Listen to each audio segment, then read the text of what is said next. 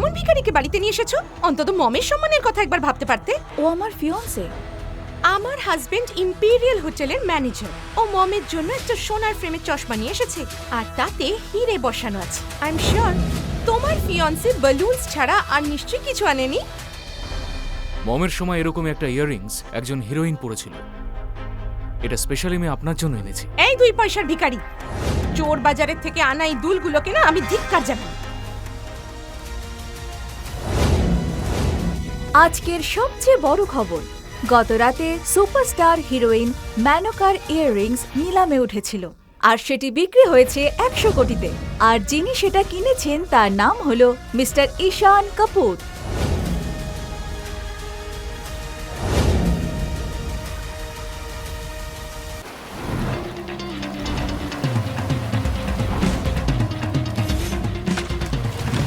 Asrani enterprises and industries আপনার পুরো property, কোটি টাকার সম্পত্তি এবং হাজারো মানুষের ভবিষ্যৎ সবকিছু আপনার সঙ্গেই জড়িত। এই বিজনেসের কোনো উত্তরাধিকারী নেই। এবার সময় হয়ে গেছে আপনার বিয়ে করা, কিন্তু শুধু একটা সম্পর্কের জন্য নয়, বরং এই পরিবার আর এর লেগেসিকে বজায় রাখার জন্য। Good morning sir. মর্নিং। আমি মেহতা গ্রুপ অফ ইন্ডাস্ট্রিজ আর লালবানি এন্টারপ্রাইজের ফাইল নিয়ে এসেছি। এগুলো তো পরেও হতে পারে, কিন্তু সবার আগে আমার জন্য একটা ভিখারির পোশাকের ব্যবস্থা করো আর 10 লাখ টাকার চেকও। কেন, কি হয়েছে স্যার? সময় আসলে তুমি তোমার প্রশ্নের উত্তর পেয়ে যাবে। এখন তোমায় যেটা বললাম সেটাই করো। Okay sir.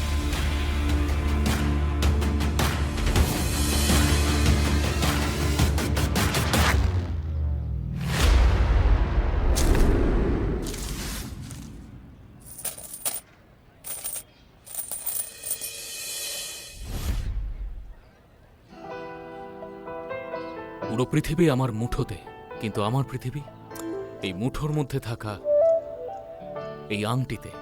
এই আংটির জন্য আমি কাউকে খুঁজতে চাই যে আমাকে এই আংটির ডিজাইনের জন্য নয়, আমার মন দেখে আমাকে ভালোবাসবে। একটুখানি রুটি বা কিছু পয়সা দয়া করে কেউ দিন দাদা।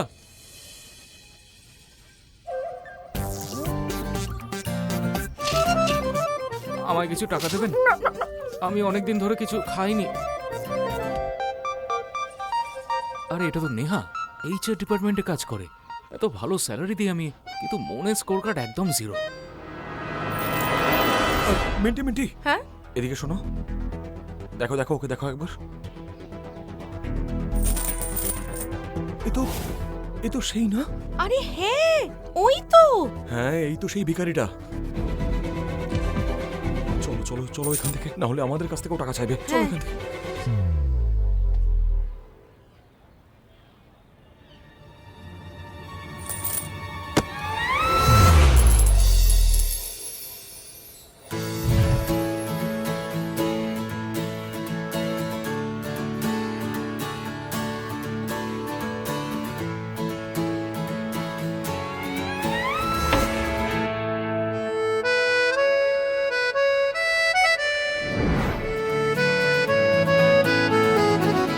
তোমার এই সুন্দর দুটো চোখ, ভগবানের কি অসাধারণ সৃষ্টি।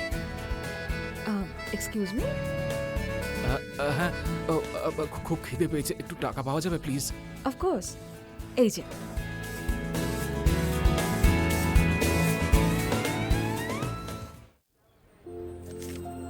$200 টাকা? অ্যাকচুয়ালি আমারই ভুল। আজকাল 200 টাকায় কি বা পাওয়া যায়? 1 মিনিট, হ্যাঁ, এই নাও। ব্যাস, এর থেকে বেশি পারবো না, বাকিটা হস্টেলের ফিস। বাই। শোনো, বলো। এটা তোমার জন্য। এটা কি? তোমার ভালো কর্মের ফল। তুমি আমাকে বোকা বানালে? তোমার কাছে এত টাকা আছেই যখন। না না, তুমি ভুল বুঝছো। কেউ এটা আমার বাড়িতে রেখে দিয়েছিল। এইগুলো আমার লাগবে না।